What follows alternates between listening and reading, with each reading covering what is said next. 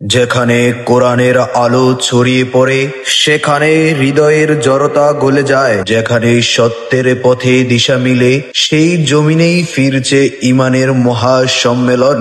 ইসলাম প্রিয় তাওহীদি জনতা, আসছে আগামী 9 ও 10 ডিসেম্বর রোজ মঙ্গল ও বুধবার সহিশা মারকাজুল কোরআন আল ইসলামিয়া মাদ্রাসার উদ্যোগে ও কবরবাসীর রুহের মাগফিরাত কামনায় 2 দিন ব্যাপী এক বিশাল ওয়াজ ও দোয়ার মাহফিল। উক্ত ওয়াজ ও দোয়ার মাহফিলে প্রথম দিন প্রথম অধিবেশনের প্রধান বক্তা হিসাবে উপস্থিত থাকিবেন সারা বাংলার আলোড়ন সৃষ্টিকারী বক্তা, মধুর কণ্ঠস্বর হযরত মাওলানা কামরুল ইসলাম আরিফি, খতিব, সানারপাড় কেন্দ্রীয় জামে মসজিদ।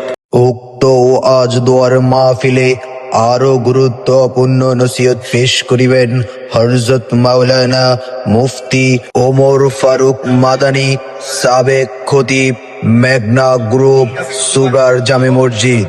উক্ত ওয়াজ দোয়ার মাহফিলে 10 ডিসেম্বর রোজ বুধবার আখিরি মুনাজাত পেশ করিবেন পীরে কামেল শাইখুল হাদিস আল্লামা মুফতি দেলোয়ার হোসেন সাহেব দামাত বারকাতুহুম, প্রিন্সিপাল জামিয়া ইসলামিয়া দারুল উলুম ঢাকা ও খতিব মসজিদুল আকবর কমপ্লেক্স মিরপুর 1 ঢাকা।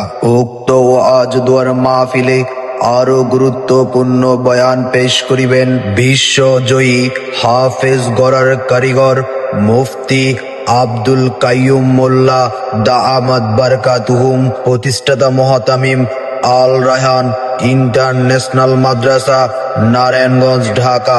উক্ত ওয়াজ দোয়ার মাহফিলে প্রধান আকর্ষণ বিশ্বজয়ী হাফেজ কারি আবু রায়হান। উক্ত ওয়াজ দোয়ার মাহফিলে বিশেষ আকর্ষণ হযরত মাওলানা আবু সুফিয়ান কলরব, পরিচালক জাতীয় সাংস্কৃতিক সংগঠন কলরব। উক্ত ওয়াজ দোয়ার মাহফিলে এছাড়াও আরো গুরুত্বপূর্ণ নসিহত পেশ করিবেন দেশ বরেণ্য উলামায়ে কেরাম।